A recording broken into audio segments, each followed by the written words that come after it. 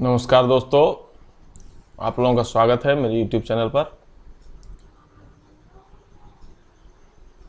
एक बार फिर से मैं SSC CPO के एक प्रश्न को लेकर के आया हूं। तो देखते हैं इस प्रश्न को कैसे हल किया जाता है। तो प्रश्न को पढ़ते हैं।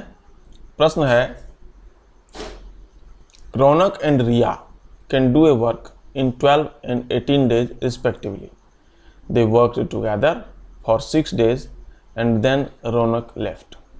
Find the time taken by Riya to complete the work. इसका यदि हिंदी अनुवाद करें, संयोगवश मुझे इंग्लिश वाला पेपर ही मिला है तो मैं इसको हिंदी अनुवाद आप लोगों के लिए कर रहा हूँ।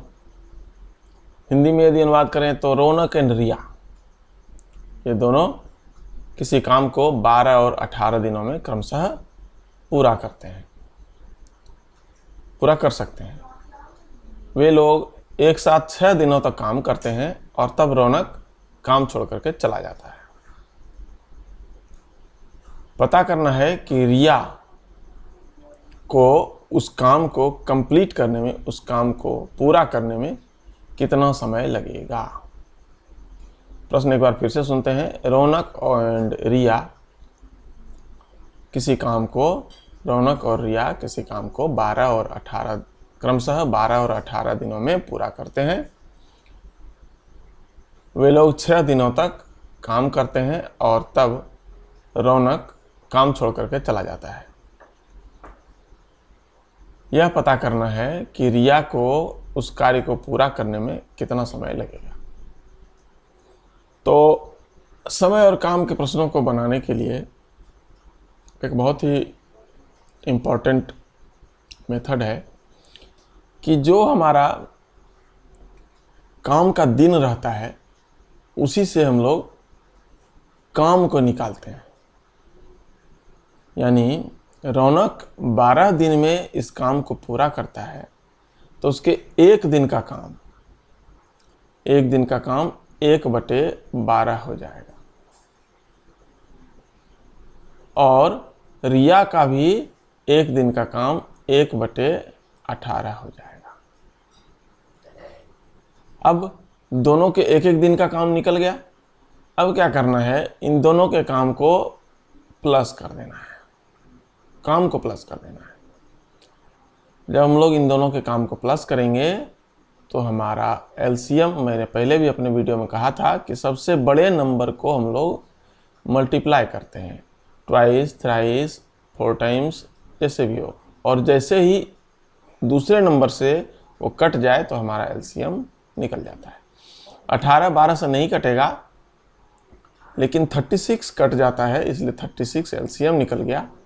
और एलसीएम निकालने के बाद हम लोग कैसे करते हैं, 12 से इस 36 को डिवाइड करते हैं और जो क्वोशेंट मैंने भाग देते हैं और जो भागफल आता है उसको ऊपर वाले न्यूमरेटर यानी कि अंश से गुणा करते हैं। तो 12 तिया 36 और 3 गुणे 1 करेंगे तो 3 हो जाएगा। उसी तरह से 18 दूने 36 और 2 हो जाएगा। ये मिला करके हो जाएगा हमारा 5/36। उन दोनों के द्वारा एक दिन का किया गया काम 5/36 हो जाएगा। अब प्रश्न में आगे लिखा है कि वे लोग 6 दिन तक साथ मिलकर के काम करते हैं। तो 6 दिन का उनका पूरा गया काम कितना हो जाएगा, गुने 6 कर देंगे। 6 करने से इसको हम लोग कटा देंगे तो यहाँ 6 हो जाएगा, यानी कि बराबर 5/6 काम कंप्लीट हो गया। ऐसा हम लोग, तो 6 दिनों में कितना काम हो गया, 5/6। अब बचा हुआ काम यानी शेष काम यदि हम लोग निकालेंगे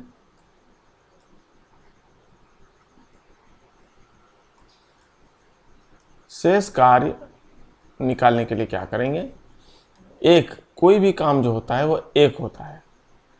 एक काम को ही कोई कर सकता है, एक काम करता है। तो 1 - 1 में 5/6 को घटा देंगे।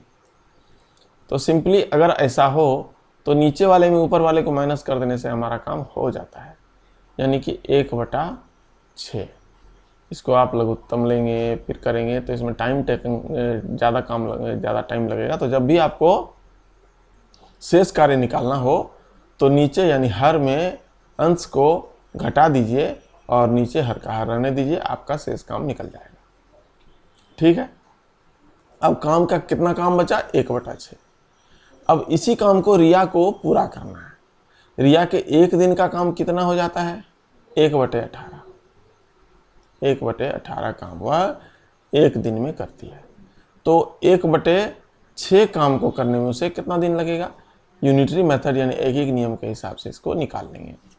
अब 1/18 और 1/6 में बड़ा कौन सा है? बड़ा 1/6 है। बड़ा 1/6 कैसे? तो 1/18 और 1/6 को बड़ा छोटा अगर पता करना है तो सिंपली ऐसे तो देखिए कि चूंकि ऊपर में अंश बराबर है तो नीचे जितना छोटा रहेगा वो भिन्न उतना बड़ा होगा। अगर वो भी नहीं कर सकते हैं तो दोनों को ऐसे लिख लीजिए और इसको इससे मल्टीप्लाई कर दीजिए और इसको इससे गुना कर दीजिए। 6 को 1 से गुना करेंगे तो 6 हो जाएगा और 18 को 1 से गुना करेंगे तो 18 हो जाएगा। अब 18 चूंकि इधर है तो ये वाला जो है वो बड़ा हो जाएगा। ठीक है। अब 1/6 बड़ा है तो 1/6 ज़्यादा काम करने के लिए उसको ज़्यादा दिन लगेगा। ठीक है। तो 1/6 को ऊपर रखेंगे और डिवाइड कर देंगे 1/18 से। अब इसको मल्टीप्लाई करेंगे तो ये 18 जो है वो ऊपर चला जाएगा।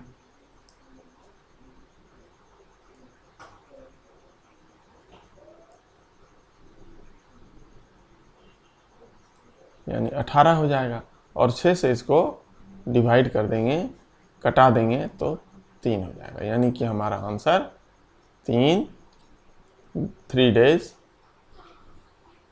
हो गया। ठीक है। चलिए अब अगले प्रश्न की ओर चलते हैं।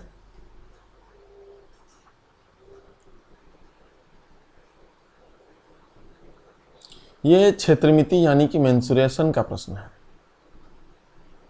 यह क्षेत्रमिति हिंदी में बोलते हैं और अंग्रेजी में मेंसुरेशन बोलते हैं।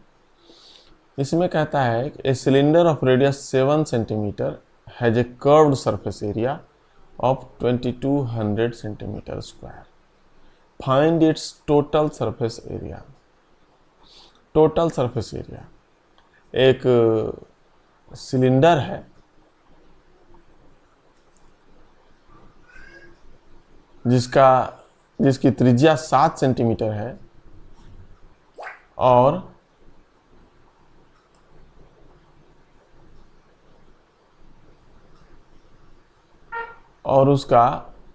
उसके वक्र पृष्ठ का क्षेत्रफल 2200 सेंटीमीटर स्क्वायर है। तो उसके पूरे सतह का क्षेत्रफल निकालना है। Find its total surface area. Cylinder है, उसका रेडियस, उसकी त्रिज्या 7 सेंटीमीटर है और उसके वक्र पृष्ठ का क्षेत्रफल 2200 सेंटीमीटर स्क्वायर है। तो उसके पूरे सतह का क्षेत्रफल निकालना है। टोटल सरफेस एरिया, पूर्ण सतह का क्षेत्रफल, पूर्ण सतही क्षेत्रफल। ठीक है। पाई बराबर 22/7 का उपयोग हम लोगों को करना है। अब आप लोगों ने सिलेंडर को देखा होगा।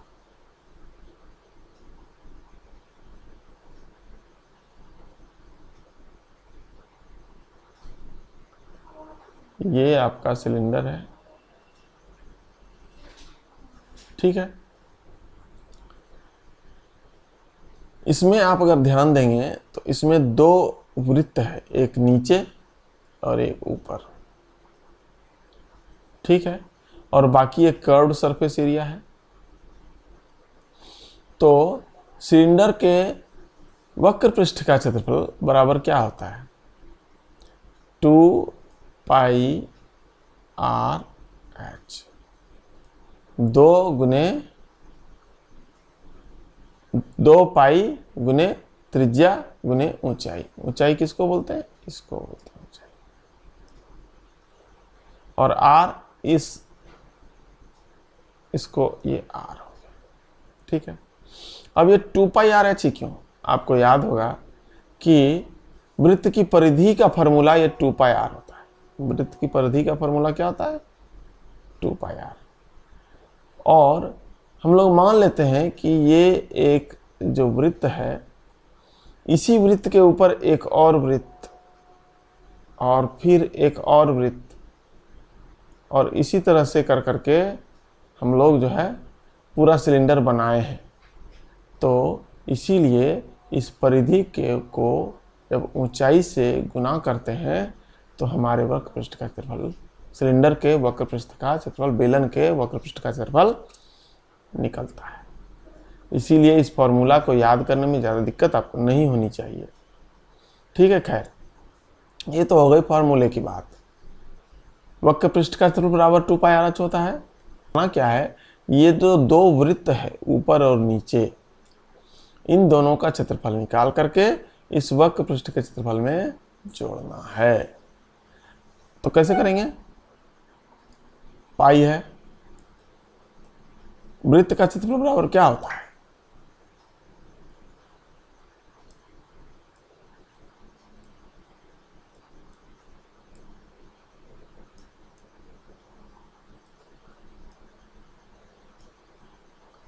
बराबर क्या होता है?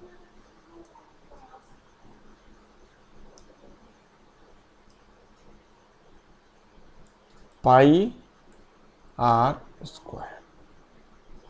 तो पाई कितना है? 22/7 और r 7 × 7 कर देते हैं, कटा देते हैं, तो बराबर हो जाता है कितना? 7। अब दो वृत्त है, एक वृत्त का क्षेत्रफल 22 × 7, तो दो वृत्त का क्षेत्रफल इसको भी 2 से गुना कर देते हैं, तो बराबर कितना हो जाएगा?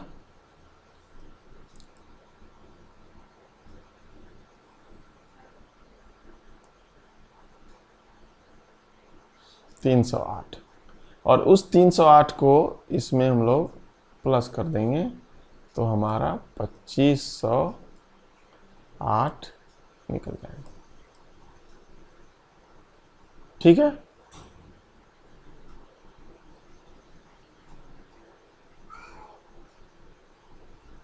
चलिए अगले प्रश्न की तरफ चलते हैं।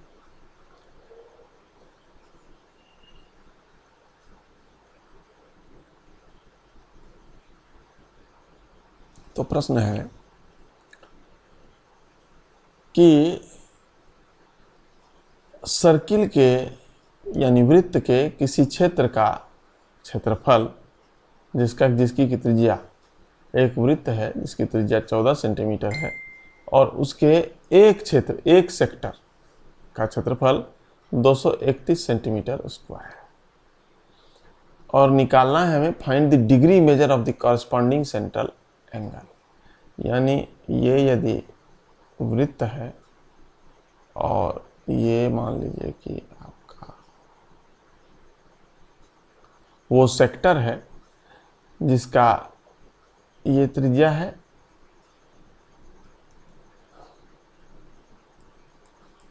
14 संयम, और इस एरिया का क्षेत्रफल है, ये पूरे एरिया का क्षेत्रफल है 231 सेंटीमीटर स्क्वायर। ठीक है, तो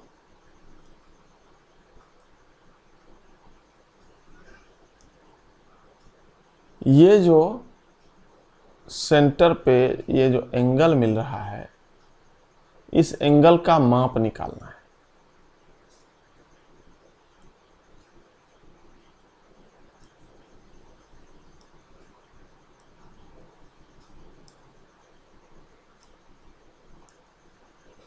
ठीक है, अब कैसे निकालेंगे? तो सबसे पहले एक तरीका है, क्या करेंगे कि सबसे पहले पूरे वृत्त का क्षेत्रफल हम लोग निकाल लेंगे। पूरे वृत्त का क्षेत्रफल निकाल लेंगे और उसके बाद देखेंगे कि उस क्षेत्रफल का ये जो क्षेत्रफल है ये कौन सा हिस्सा है। तो ये जितना हिस्सा निकलेगा, वृत्त के केंद्र पर 360 डिग्री का कोण बनता है। जो भी रेशियो उन दोनों में निकलेगा 360 डिग्री को हम लोग उसी रेशियो में बांट देंगे और इस क्षेत्रफल का रेशियो, इस क्षेत्रफल के रेशियो के हिसाब से उसका माप, उस एंगल का माप निकाल लेंगे। ठीक है, तो कैसे करेंगे? वृत्त का क्षेत्रफल होता है pi r square. Pi r square, pi कितना है? 22/7 और गुने 14 और बटा कर देंगे 231 और बराबर कर देंगे 360 डिग्री और बटे मान लेते हैं कि a डिग्री। ठीक है, इसको हम लोग कटा लेंगे यहाँ, तो कितना हो जाएगा? 22 गुने 28 बराबर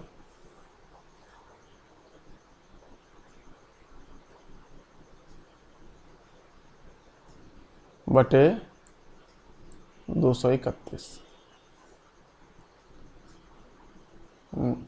इसको नहीं,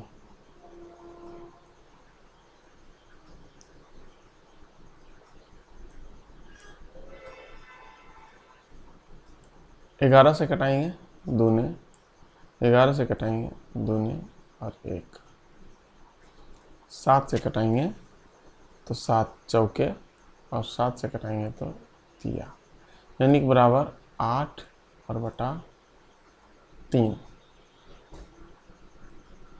ठीक है, अब बराबर 360 बटे a डिग्री। ठीक है,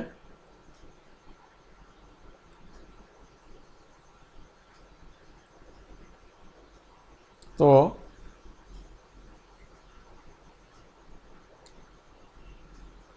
8 से इसको कटा देंगे तो कितना हो जाएगा?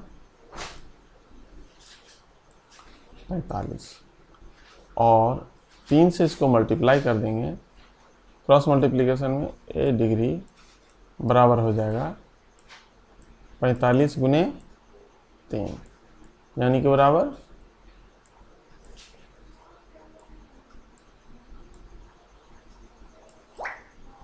समझ गए आप लोग? तो आज के वीडियो में बस इतना ही। अब मिलते हैं अगले वीडियो में बाकी के प्रश्नों के साथ और करते हैं कुछ रोचक बातें मैथ्स यानी गणित के प्रश्नों के बारे में, और गणित को बनाते हैं एक बहुत ही आसान सा विषय, मज़ेदार विषय, और अपनी रुचि बढ़ाते हैं गणित में। तो इन्हीं शब्दों के साथ मैं अपनी वीडियो को समाप्त करता हूँ। बने रहिए मेरे YouTube चैनल पर और लेते रहिए गणित के प्रश्नों को हल करने का आनंद। मिलते हैं अगले वीडियो में। अगर आप लोगों को अच्छा लगे तो मेरे वीडियो को ज़रूर लाइक करिए, शेयर करिए, ताकि आपके दोस्तों को भी लाभ पहुंच पाए, और सब्सक्राइब करिए ताकि अगले वीडियो की सूचना आपको जल्दी से मिले, और बेल आइकन को दबाना न भूलें ताकि आपको जल्दी से अगले वीडियो के आने की सूचना मिल जाए और आप लाभान्वित हो सकें। तब तक के लिए गुड बाय।